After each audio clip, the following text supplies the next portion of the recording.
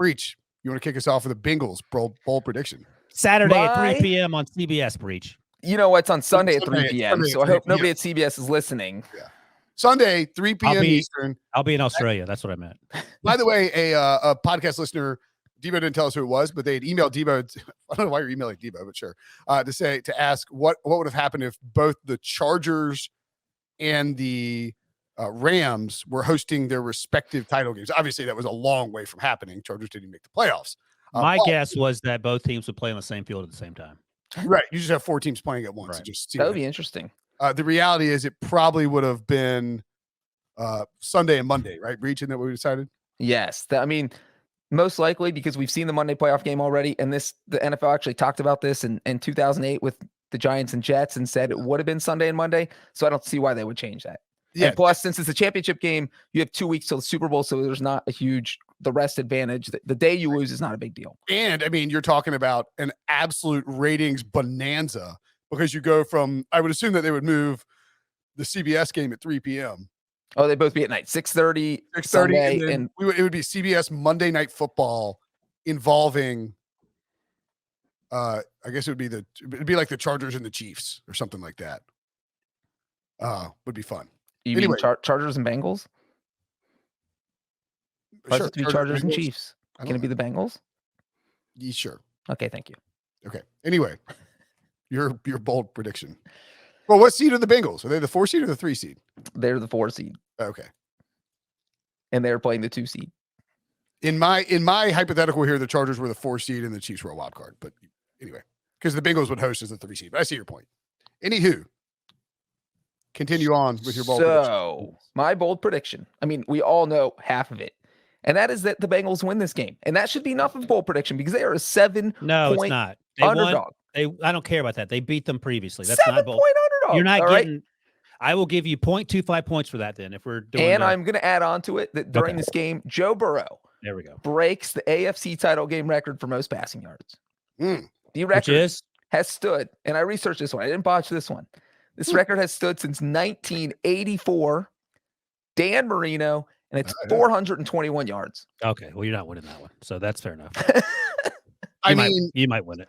If we're being honest, you probably should have just gone with the 424. Joe Burrow breaks the record because you can break the record in a losing effort. Well, then I'm making 2 bold predictions. You can't. It's either you get one big half a point. No, it's a combo. I want 2 bold predictions. No, you get one Bengals bold prediction. Look at this guy. He gets a little. And I agree that Bengals winning the game outright. I feel like if your team is in the title game, you should be entitled to 1 extra bold prediction. No. If the Steelers are in it next year, Wilson, you can make 2 bold predictions. I'll write that down. I mean, what are we doing? This is what you're bargaining for? Breach just put this in his contract. I don't want a pay raise. I want 2 bold predictions for the Bengals in this playoff. So, and by the way, as Breach noted, the Chiefs are 7-point favorites. The total of this game opened at 53.5 and has already climbed up to, I believe, 54.5. It's moving up pretty steadily. It would be pretty shocking if there weren't a ton of points in this game. As Nada points out, our producer, because Debo's doing other things. Breach can make 2 bold predictions, but if he gets them wrong, it's -2 points. I like that, Nada. That's a good call. No comment from Breach. You get if you get them both, you get. Wait, so he gets a half for each? No. Yeah, what? What are you smoking? 4. What is a multiplier? 4 points. It's a multiplier. It's a 2-pick multiplier. Have you ever played Powerball? You got to get the multiplier number to win the Powerball. Well, I'll tell you what. We'll give you this. You can have a half a point for each one you get right, but you lose a point for each one you get wrong. No, that's not fair. That's horrible. All right, here's the thing. If you get them all right, you can get 4 points. If you don't get them right, then you're out of the competition. I don't get to make any Super Bowl bold predictions. No. Well, you know what? If I get them wrong, that means the Bengals lost. I don't want to make Super Bowl bold predictions anyway. He's literally just predicting the same outcome from the freaking. What was Dan Marino's record? 420. What was it? Right, it's just Burrow threw for 446, and the Bengals won the last time these teams played. There's a decent chance that the Chiefs are up 21. Okay, well, if it was that simple, how come Patrick Mahomes hasn't thrown for 421 yards in any of the 3 past AFC title games? Probably because the Chiefs are winning. They went to overtime and lost in one of them, and he still didn't hit 421. They didn't go to overtime and lose last. It's not a dunk. They were winning. They lost in overtime. He got an extra quarter to hit it. He didn't get the ball in overtime. That was the whole point. He got an extra quarter. No, he didn't touch the ball. Remember that was the well, whole he had 4 full quarters. We're and he talking still about against didn't the hit it. Bills. Oh yeah. Well, no, that was divisional round. What are we talking about? All right, Wilson, this is ridiculous. I know. I've tuned you guys out as I think about my bowl prediction. I'm like checking golf scores. All right, Oh my God. Breach. I'm going to go with one of these two. That the Bengals have a special teams touchdown. Is that bold? I'm glad you have 2, first of all. And yes, that's bold. See, everyone brought 2 to the table. No, I'm not. I'm going to choose one. I'm not going to go with both of them. Oh, you should go with both. So either the Bengals score a special teams touchdown, which is Breachianly generic, or Joe Burrow. Is Joe Burrow having 2 turnovers? Is that bold enough? No, you led the NFL in interceptions. That's not bold. All right. 3 turnovers for Joe Burrow? That feels pretty bold. That's bolder. So I know what you would prefer. I think a special teams touchdown is more bold than 3 turnovers. Yeah, but at least less likely to happen. I need to make up ground here. So what is more likely to happen, Brinson? 3 Joe Burrow turnovers or a special teams touchdown for the Bengals? I think a special teams touchdown for the Bengals is bolder. What is more likely to happen? I need to Burrow had 3 turnovers in 2 games this year. I think Burrow 3 turnovers is more likely to happen just because this is a terrible offensive line that gave up a bunch of sacks. Melvin Ingram is wrecking havoc.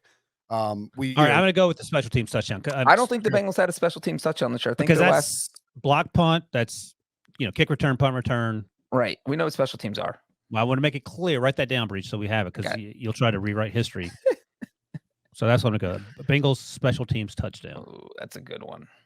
Yeah, it's not going to cash, but whatever. It's going to cash.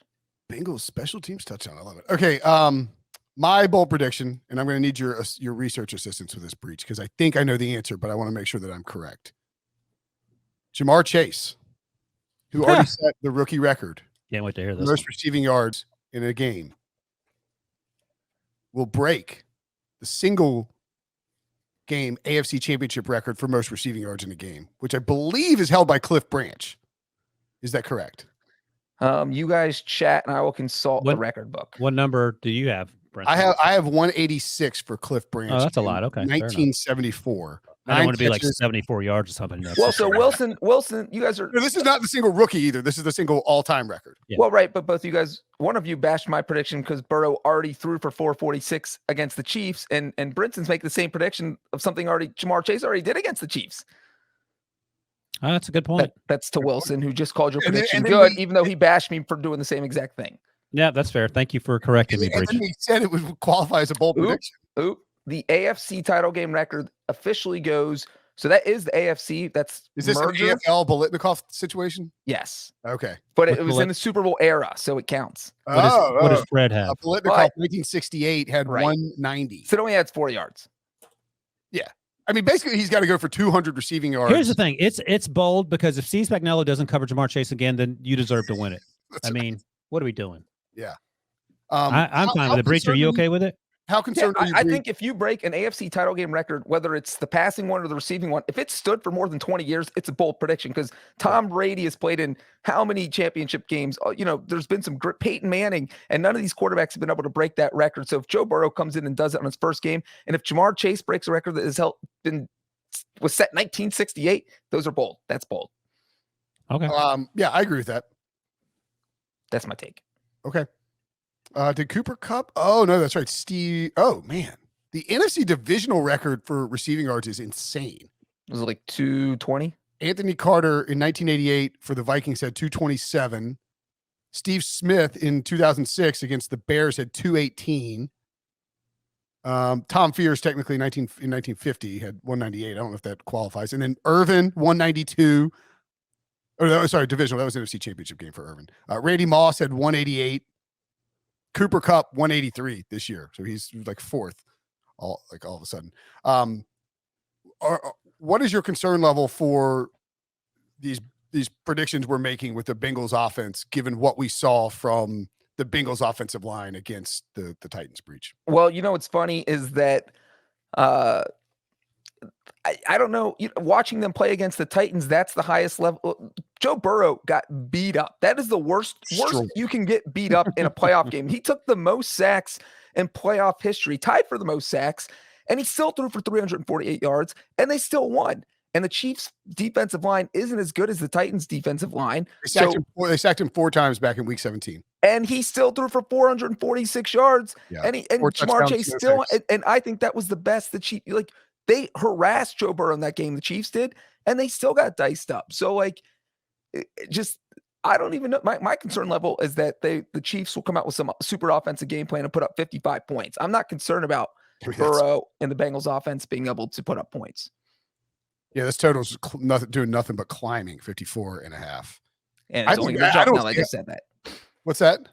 I said now it's only going to jump because as the Bengals fan, my concern is the Chiefs just scoring on every single possession. And the final score is going to be like 55-48.